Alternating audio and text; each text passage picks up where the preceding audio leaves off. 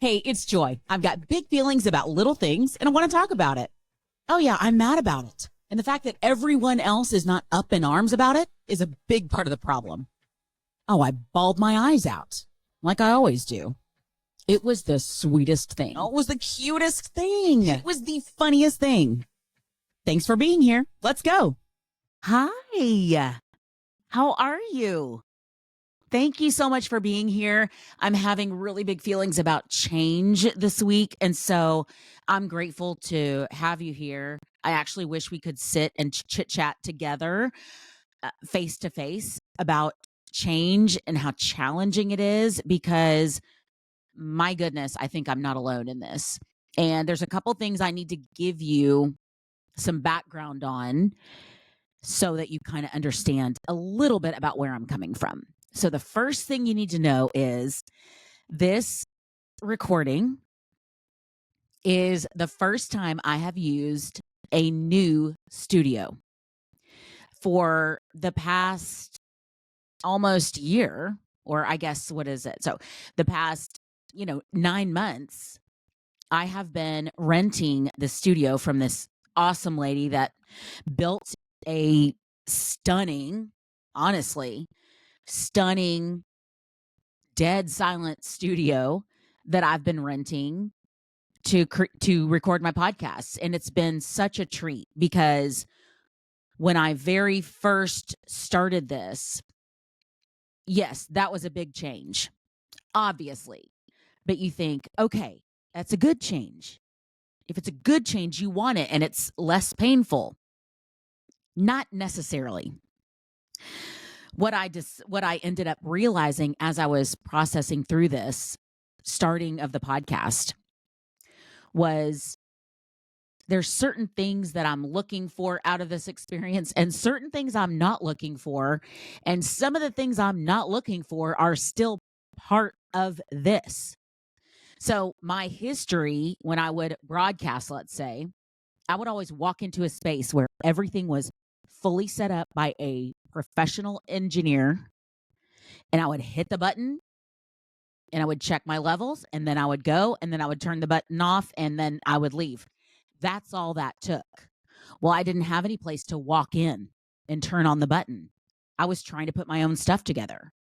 And certain people will want you to think, oh, this could be so easy. Just get on Amazon and buy a mic and buy a this and buy a that, and you can just plug it into this and plug it into that, and you're good to go.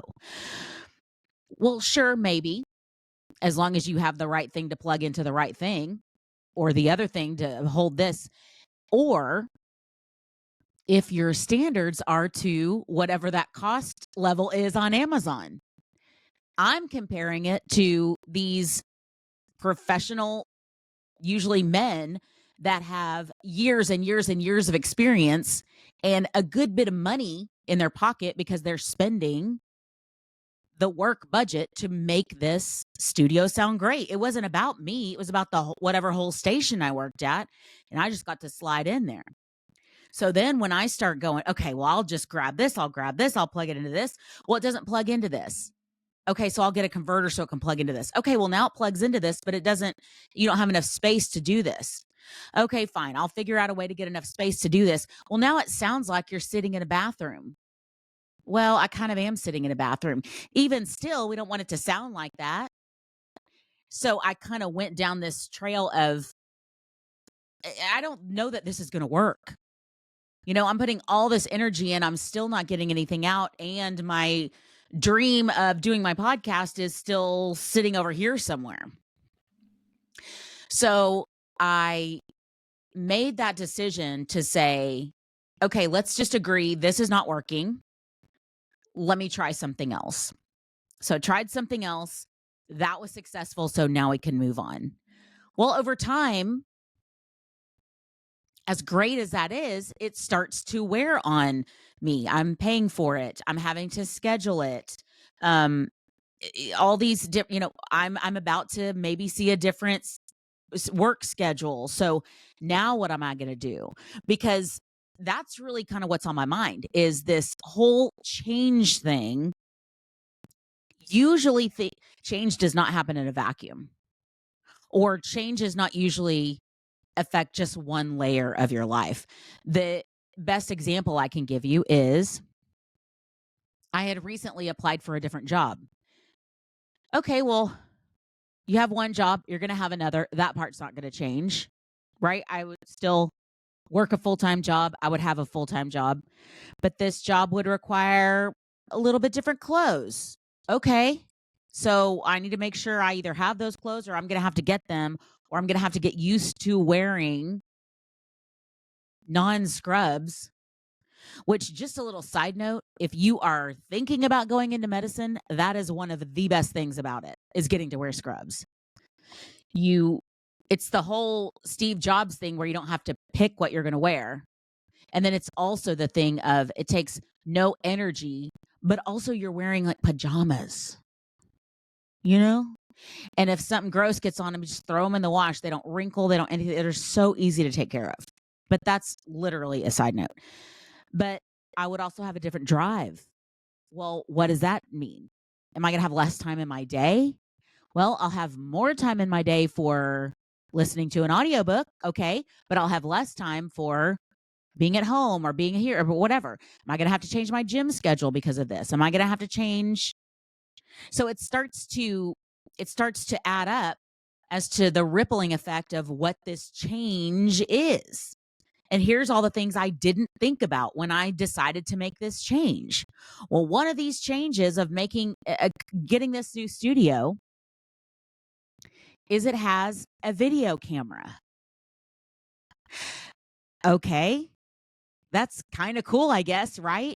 Or does that just mean, well, I better fix my hair when I'm going to do this. I better put my makeup on when I'm going to do this. Like, I better think about what's here.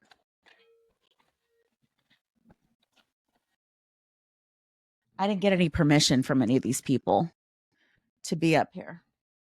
Hopefully my cousins aren't mad. I didn't think about any of that, right? Okay. Sorry, everybody. So now what? Or can I just say, I'll just go on as I am and just hope for the best. Do you remember when COVID was like 2 weeks old and everyone was like, have you heard of Zoom? Let's get on a Zoom call. I remember that very clearly because I was having to use it for some work calls. I used it for a couple of just friends where we were lonely and in isolation and we wanted to have a happy hour on Zoom. And we had 20 minutes or 40 minutes or whatever, and it would always cut off. And it was just so brand new. So sometimes change even comes as a big group. Now, don't you Zoom up? Like, we have to Zoom all the time. Kids have to go to school remotely sometimes, bad weather or whatever, which seems so normal today. But 5 years ago, it was brand new. And I'm sure you have experienced this, that when you're on Zoom, you're supposed to be looking right here and talking to everybody about circling back and doing your meeting and getting into this and putting this on the back burner. But where does your eye go? It goes right to yourself. Ask anybody that does Botox injections, fillers, plastic surgery. All that stuff went berserk during those years because we were looking at ourselves on camera all the time. And it may not even be a good, like, I'm so panicked right now. I'm like, okay, how can we make this angle look better? Okay. But I'm supposed to be looking at you here. My manager refuses to turn on her camera if she's on a Zoom call. She's like, no, I don't like looking at myself on a camera. I'm not going to do it. You want to have a meeting with me? Come to my office. I'm here. I work on site every day. You can come see me there. I was like, man, I wish I had that kind of power. Tell everybody, no, I'm not going to do it. I'm not going to do it. Instead, I just try to pay attention, look at myself, we all do it. We can't help it. So this is going to be one of my challenges, and you're not supposed to talk about this stuff. Like, that is broadcasting 101. Don't talk about this stuff. Even when I was on the college radio station, that's what I got spoken. Like, don't talk about this behind the scenes stuff. Just do the whatever announcing you're doing. And I believe in that. But I'm just in such a spot where I guess I kind of need you to understand, if this sounds awkward, if it looks awkward, if it feels awkward, it's because it really is awkward for me. It's awkward for me right now, and I'm working on it, and I really want this to go well. But, sometimes you have to do your first awkward thing just to see, okay, how bad was it? Or how fine was it? Or what do we need to do differently? I need to look and see what's in the background. I learned something. That's what I need to do. I need to fix this so that I'm not distracted by this.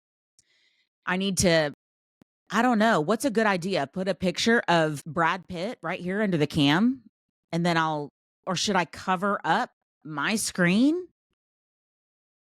Honestly, I will take some feedback on that, because I do not know what to do. But all that change and processing of every layer of the change and what it means, it's hard. It's really hard. And here's where I shouldn't. Oh, did I miss a voicemail? Sorry, I really thought I missed a voicemail from work. This was actually me calling myself because I couldn't find my phone. Hey, here's another lesson.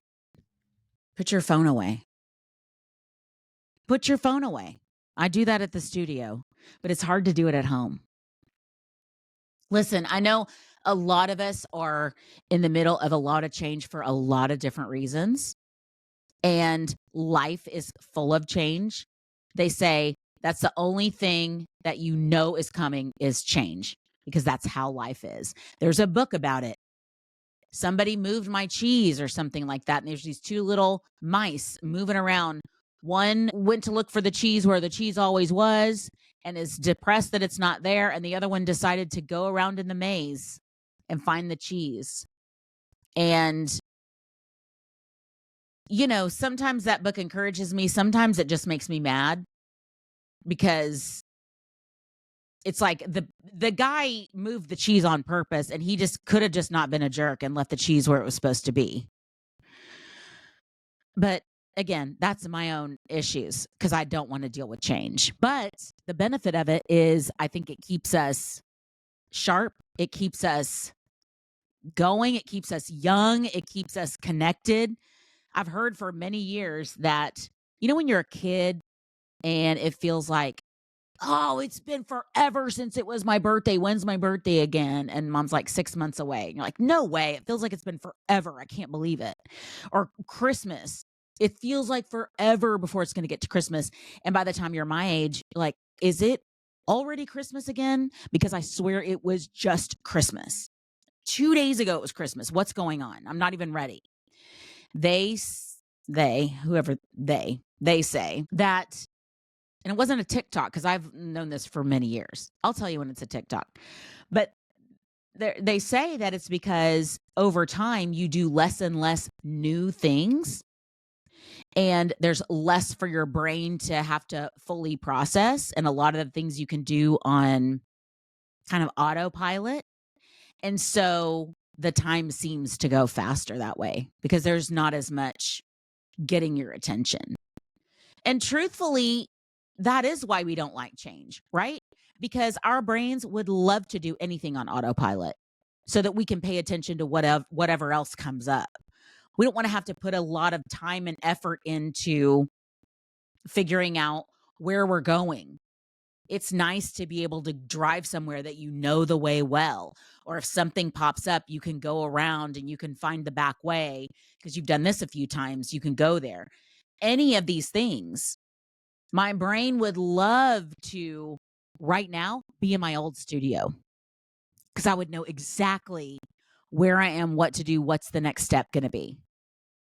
But even as I'm talking, I'm like, okay, well, when it's time to say goodbye, then what am I going to do? Then where's it going to go? Then what's the plan? And I don't have any encouraging words for you. I just need to tell you it's hard. It's so hard when you have a big change.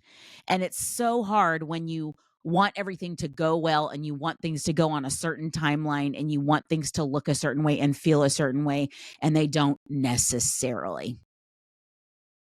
It's really hard. But I also do know that unless we do those things, we're going to be in the same spot that we always were, driving to the same places we always drove to and doing the same things we always did. So let us take a deep breath. Let us acknowledge that we're going to find the cheese at some point. Let us know, hey, everything doesn't have to sound like a professional engineer did this. Look for the positives. Let's look for the silver lining of what we do get and try to keep ourselves young and make it feel like it's been a long time since Christmas and a long time since our birthday by constantly, I don't know if I can do it constantly, but remaining open and remaining positive about change. We can do it.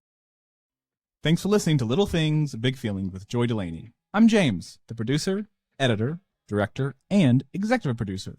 Follow Joy on socials at Joy Delaney Cox on Instagram, Facebook, and TikTok. Honestly, forget TikTok. I don't even know how to use it anyway. You don't know how to use it anyway. James? Follow Joy on socials at Joy Delaney Cox on Instagram and Facebook. See you next week.